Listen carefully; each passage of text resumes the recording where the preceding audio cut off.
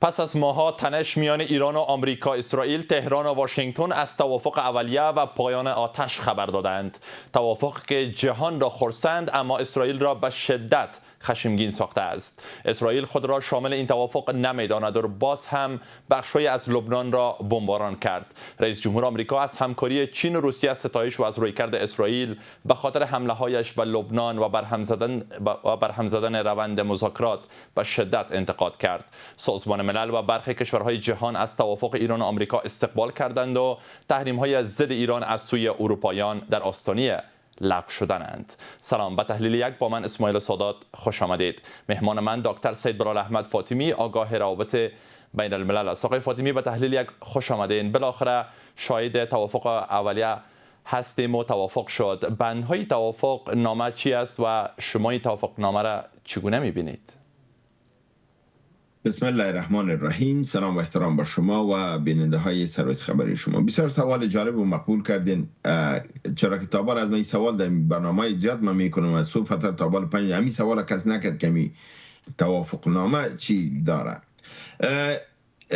با جزئیات صحبت میشه، با کمیت صحبت میشه، با کلیات صحبت نشده. در کلیات اگر ما شما ببینیم در این تفاهم نامه 14 بند وجود داره و این 14 بند اونمو بندایی است که ایران داده بود و این را اکثرا چیز میکردن که امریکا و این را امریکا اکثریت از این پذیرفته شده. در این تمام مسائل است. مثلا در مسئله یورانیم که گفته میشد که برده میشه، آل به اتفاق به این شده که برده نمیشه، در ایران میمانه. در مورد پول گفته شده بود که در قدم اول که معاهده امضا میشه 24 میلیارد دلار به ایران داده میشه، متباقی در 60 روز دیگه 50% دیگه هم داده میشه.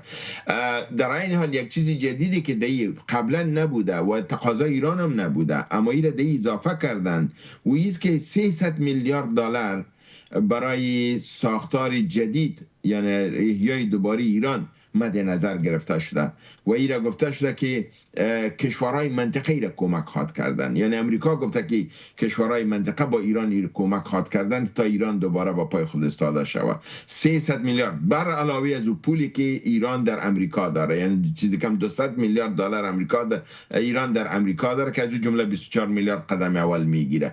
بنان ایده اونجا است. در این حال مسئله اتم گفتن که مسائل بعداً بحث میکنیم اما در ظاهر او مسائل نسبتاً حل به این است که ایران میگه که ما اتم نمیسازم. این مسئله به کلی با وضوح است.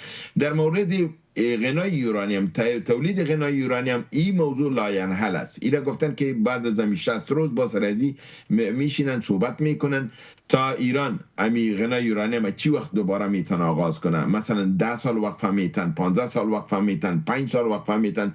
به هر چیزی که تفاهم کردن به او اینا چیز میکنن. مسئله کنترل تنگه هرمز بود. در تنگه هرمز خود در قدم اول آزاد میکنن. یعنی آزادی تنگه هرمز و کنترل تنگه هرمز دو مسئله جداگانه است، با هم چیزی نداره. تنگه هرمز خود ایران قبلا گفته بود که ما بند نکردیم، امریکا بند کرده. از این طرف مشکلی وجود نداره. می دیدین که کشتی ها میرفت، امریکایی ها اونا را میگفت که پس برگردین برین در تنگه ایستاد شوین. آلی او را آزاد میکنن مگم کنترل تنگه هرمز در دست ایران میمانه با مشارکت شورای منطقوی، یعنی از کشورهایی که در تنگه هرمز هستن با شورای از اونا.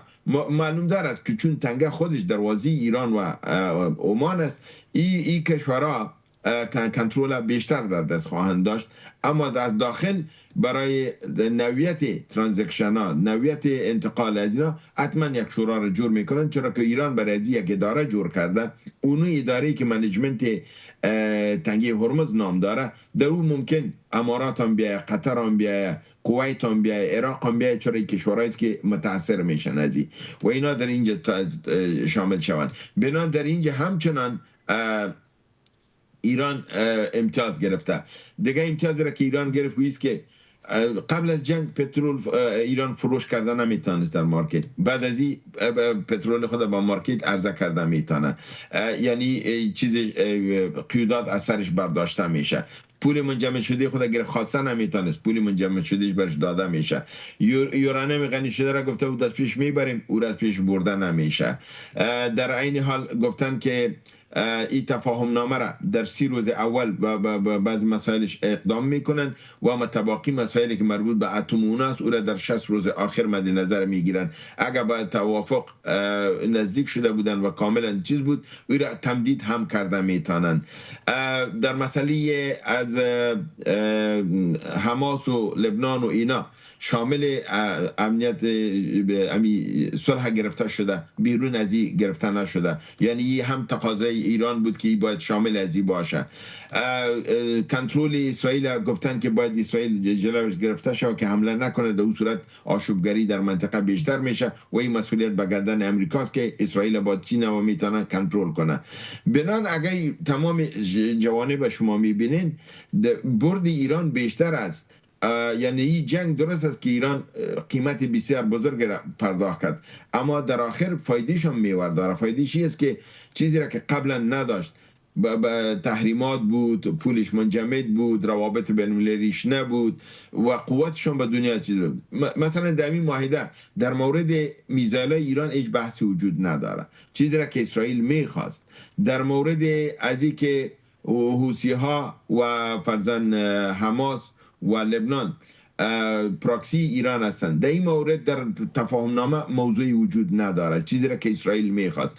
بنابراین در اینجا موضوع معلوم میشه تقاضاهای اسرائیل در اینجا برآورده نشده نیست و چیزی را که اسرائیل تقاضا داشت که ایران از بین بره، نظام تغییر بخوره، اتمش کاملا مسمار شوه، ایرانیش از پیشش کشیده شوه، یک نظام غلامی به شکل رضای پهلوی در اونجا حاکم شوه که غلام اسرائیل باشه و خواستهای از این با پیش ببره و اگر ضرورت شد ایران تجزیه کنن به بلوچستان و کردستان و چندین ساحه دیگه. یکی از خواستهای اسرائیل برآورده نشده، برعکس اسرائیل همه چیز خود که داشته او را باخته. بنان این 14 نکاتی را که ما شما میبینیم اکثریتش به منافع ایران تمام شده، برخلاف او تقاضاها و گفته هایی که گفته میشد که ایران تجزیه میشه، از بین میره و چنان زده میشه که تاریخ باید داشته باشه. اما شما میبینیم که اگه این تفاهم نامه کاملا دقیقاً به تاریخ 19 جون به روز جمعه در ژنو به امضا میرسه و امریکا در پهلوش ایستاد میشه و تطبیق میکنه و جلو اسرائیل از تخریب میگیره، چرا اسرائیل حتما تخریب میکنه. اینا به یادتان باشه که اسرائیل حتما تخریب میکنه، حتی روز جمعه امکانش است که اونجا معاهده امضا شه و اینجا اسرائیل عملیات خود انجام بده. مگر این مسئولیت امریکاست که چطور میتونه اسرائیل کنترل کنه، چرا که کل دنیایی را برش میگه، به امریکا میگه. اگر او غرب اروپا است و اگر او چین و روسیه و ایناست، به امریکا میگه که هر چیز که هستی پاپیگه که خودت هستی را کنترل کن. یک تغییر دیگر را ما میبینیم که قبل از اینکه معاهده صورت بگیره در پالیسی اروپا همچنان در مقابل ایران تغییر آمده. اونا میخوان که مراوده ها و پالیسی ها و روابط خود با ایران استوار کنن. این یک تغییر بسیار بزرگ است و این هم یک شکست بزرگ برای اسرائیل است، چرا که قبلا اروپا هم در کمربند اسرائیل استاده بود. حال از اون میبرن، اونا میگن که ما مراوده هاشون با ایران میسازیم تا صلح پایدار بمانه. آقای فاطمی، به سرنوشت اسرائیل پس از توافق اشاره می داشته باشیم در پرسش بعدی. خب شما از امتیازات که ایران به دست آورده با این توافق سخن گفتین، به نظر شما این امتیازات برابر با از دست دادن رهبر و بلندپایه‌ترین مقام‌های ایران است یا خیر؟ ارزش داشته؟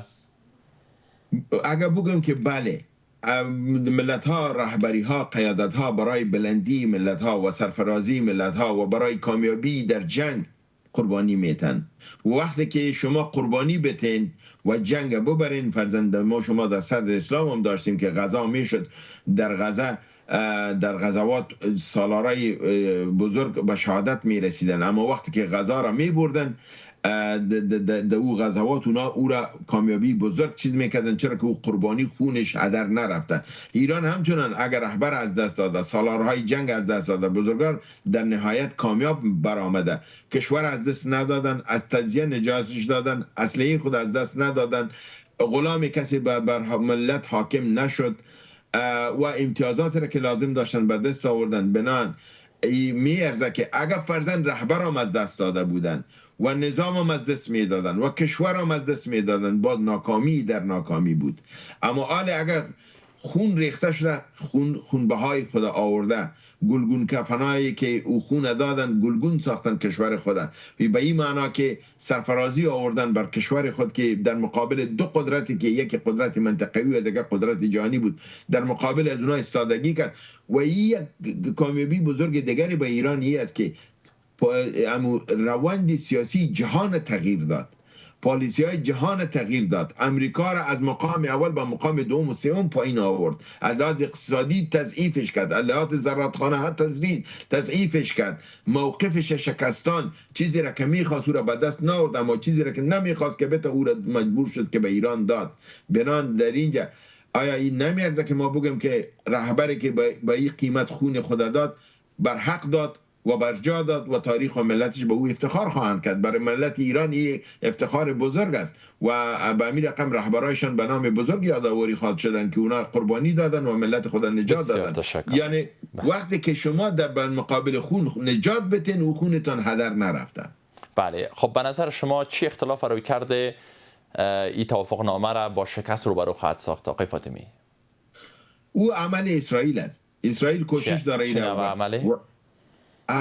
حمله میکنه و شکسته میسازه و این کوشش دونالد ترامپ و مال امی است که به ایران هم میره تلقین کردن. امی 12 ساعت میشه که گپا تازه به ذریعه از اینا به ایران گفته شده که اگه تو عکس العمل نشان بدی تو اسرائیل کامیاب کردی، پلان اسرائیل کامیاب کردی، چرا تو عکس العمل نشان بدی امریکا مجبور میشه در پل اسرائیل استاد میشه، معاهده که در راه است او شکسته میشه. بنان اگه تو جواب اسرائیل نتی و بگذاری که هرچی میکنه و ما شما بریم معاهده را کنیم و کامیاب شویم و با منطقه صلح بیاید و این تنگی هرمز باز شود، تجارت آزاد شود، ایران پول خود بگیره، ایران به حساب این خودش به خود یک شکست بزرگ برای اسرائیل است. بنان تصمیم بری است که برای اسرائیل باید جواب داده نشه و ممکن اسرائیل حملات هم به طرف ایران انجام بده هم به طرف اسرائیل لبنان انجام بده، ممکن حتی آشوبگری دیگری را در منطقه کنه، ممکن که به طرف سوریه، ممکن به طرف ترکیه، چرا هر چیز ممکن است که اسرائیل کنه. تا مثلا به ترکیه اگر دست پرته خو یک جنگ تازه را در منطقه در میته. این امکان بسیار زیاد است که اسرائیل به ترکیه دست پرته. این امکانی بسیار زیاد است که اسرائیل به پاکستان دست بیندازه و یک آشوبگری جدیدی را در منطقه چیز کنه.